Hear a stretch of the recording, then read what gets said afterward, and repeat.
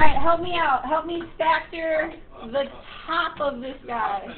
X cubed minus 3x squared minus 16x plus 48. Talk to me. What do I do? You take out the first two. Take out the first two. What can I take out of the first two? X squared. What does that leave me with? X minus 3. And then what can I take out of the second two? Negative 16, to catch on that one. Which should leave you with x minus 3. The fact that this guy is x minus 3 should clue you into these two that 16 probably goes into 48. Right? Okay? So what does this turn into? X squared minus 16. And then, are you done factoring this? Oh, we're not done yet. X minus 4, X plus 4. Yes, we got a beautiful little, what's it called? Conjugate. You got that. You're okay. Are you comfortable with that? You okay there? Yeah. Alright, so that's our top. X plus 4. X minus 4. And X minus 3. Beautiful. Alright, let's grab another color. Let's do the bottom. This guy should be x cubed minus 2x squared minus x plus 2. What can you factor out of the first two? How convenient. What does it leave me with? X minus q. Look, this is how the ones are always. They're always like pretty easy, and then the test comes around, and then it's like. You know I do like exact word questions on your test before I start. It means you don't review I'm talking about the last one. Negative 1. And then? X minus 6. What? Ooh. So what does that leave me with? X squared minus 1 and then X minus 2. Good. This one's a conjugate as well, because 1 is also a beautiful perfect square. So x minus 1, x plus 1, and x minus 2. Alright, I'm going to leave it there. I'm going to pause it and give you another minute to see what you can figure out. Okay? Alright, talk to me. What can you tell me first? Definitely. How do I write it? X cannot equal positive 1 and negative 1. Or 2. 2. It should be positive 2, yeah?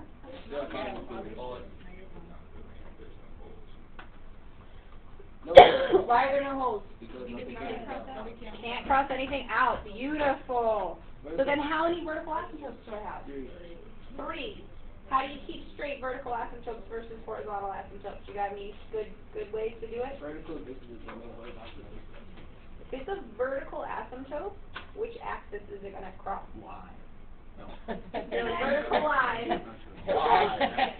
You're going to cross the x-axis, right? Does that make sense? I never seen Holly eyes up so Shut big your mouth. before. That was really big. Rewind. I was just thinking her If it's a vertical line, does it make sense that it would cross the x-axis? Yeah. Yeah, of course. That means the equation has to be x equals. That's how you tie it to your domain. Does that make sense? Okay. So yes, I got all 3 of these are vertical lines. Okay, vertical asymptotes. How about horizontal? Y equals 1. It is y equals 1. Where did that come from? Because there's a X cubed on the top and X cubed on the bottom, and there's only 1. I only got 1 of these on the top, 1 of those on the bottom. One out about 1. Just 1. Beautiful. So because there's a horizontal asymptote, where can I write none? Other. Other asymptotes. Good. Those are tied together, right? There's either one or the other. One or the other. Before we get into does it cross, can we talk about x and y intercepts? Let's talk about y intercepts. What? I was like, wait, what? Because I Y intercept. What value do you know in a y intercept? X is going to be 0. If I put 0 in for x, what happens to all these? All gone, right? Yeah? So what are you left with? 48, I like that you said plus because it's positive, over 2 which is 24. 24. Nice and easy, right? No big deal. Yeah. Alright, how about your x-intercept? Make everything equal to 0. Numerator equals 0. So how many x-intercepts do I have? 1, 2, 3, 4. 3. Okay, let's go with 3. I was counting. The x to the third, right? Yeah. Great. 1, 2, 3, 4. Alright, great. Alright. We got 3 of them. And what do we know about these values? Y is going to be 0. Very good. Learning coming in, Alex saying that. Alright.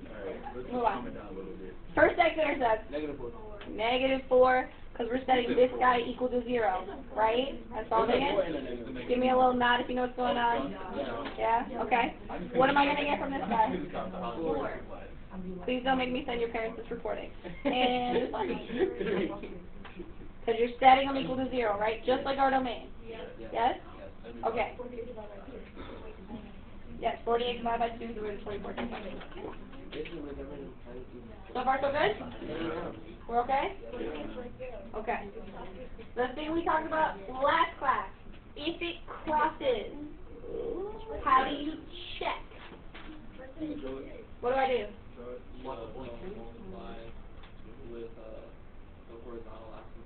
Very good. I'm going to cross multiply my equation as a simplified version, but did I cross anything out? No, so this is the simplified version. I'm going to cross multiply it with my horizontal axis, so very good. I'm going to pick a different color just so it doesn't get all jumbled. So I got 1 over 1 equals all of this junk.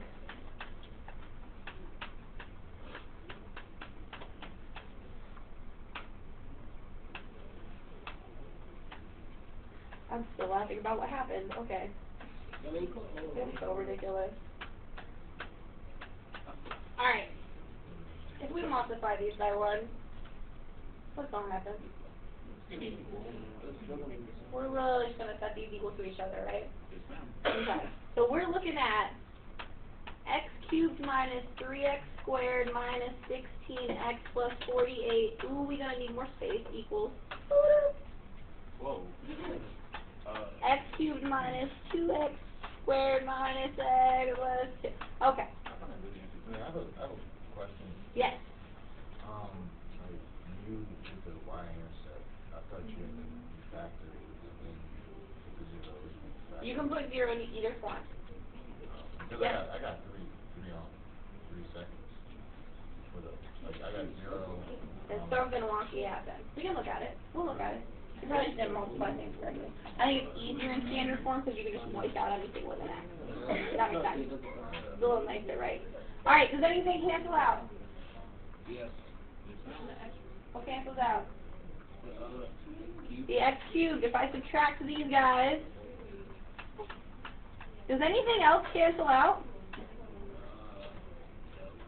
Let's make those cubes. JK. Nothing else cancels out, which means that this is going to be a what kind of function here, or equation? The funky one? It's going to be a quadratic, yeah. If it's a quadratic, how many places is this guy going to cross the line? Twice. Does that make sense? Yeah? How do you solve quadratics? What do you guys set them equal to? Guys set them equal to 0. So we want to get everything to one side of our equation. Which side would you like to move things? Which one do you want to move?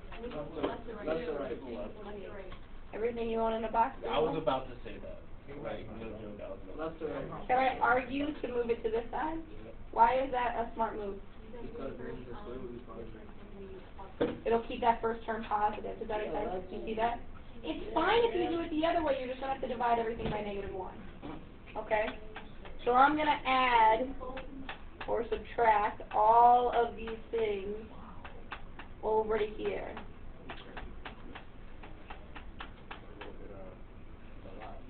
Zero equals, what am I left with?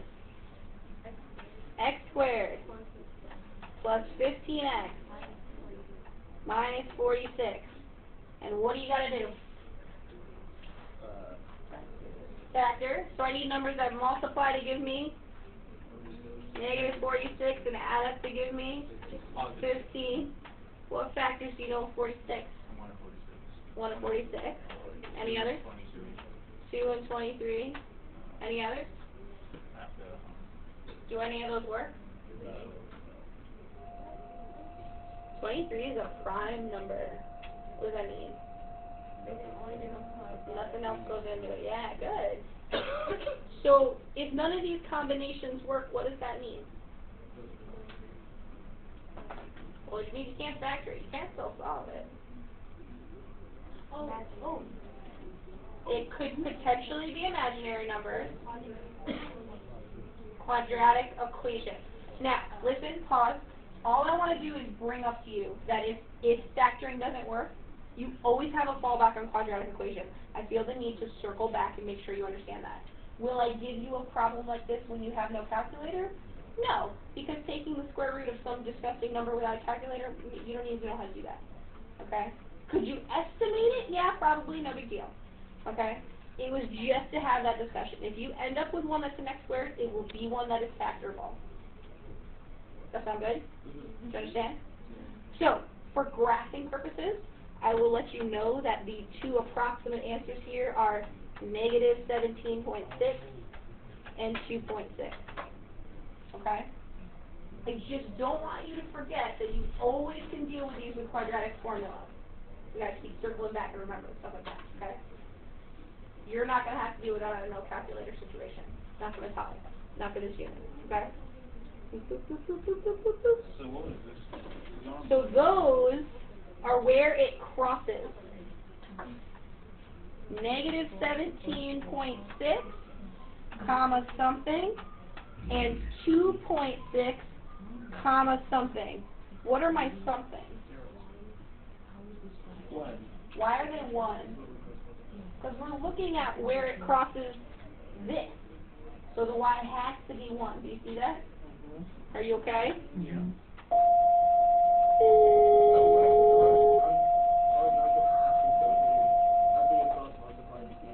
Well, because that's the whole point, right? You're seeing if it crosses the horizontal asymptote. Does that make sense?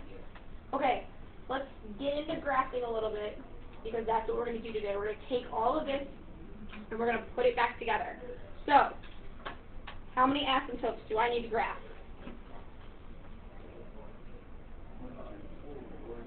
4. There's 3 vertical and a horizontal, right? Yeah? Alright, so I got one at 1. I got one at negative 1. And holy guacamole, I've also got one at 2. All of those are asymptotes. And then I got a horizontal asymptote here. Woo! Okay? What coordinates do you know that we can go ahead and plot? We got our intercepts. Those are the easiest ones to find, right? So negative 1, 2, 3, 4. I got an intercept here. Positive 1, 2, 3, 4. And positive 3. Okay? And where am I crossing my horizontal asymptote? Oh, I'm sorry. And we have y-intercept, which is way up top, somewhere far, far, far up here, that we're just going to smile and nod about at the moment. Okay. Where am I crossing?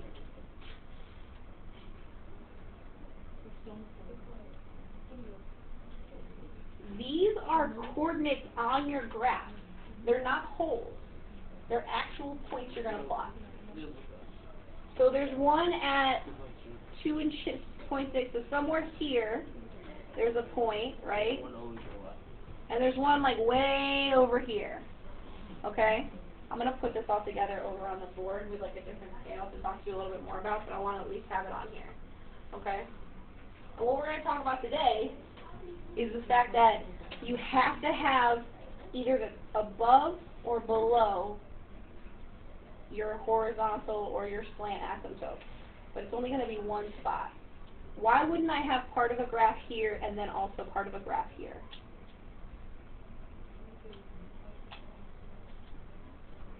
Good guess.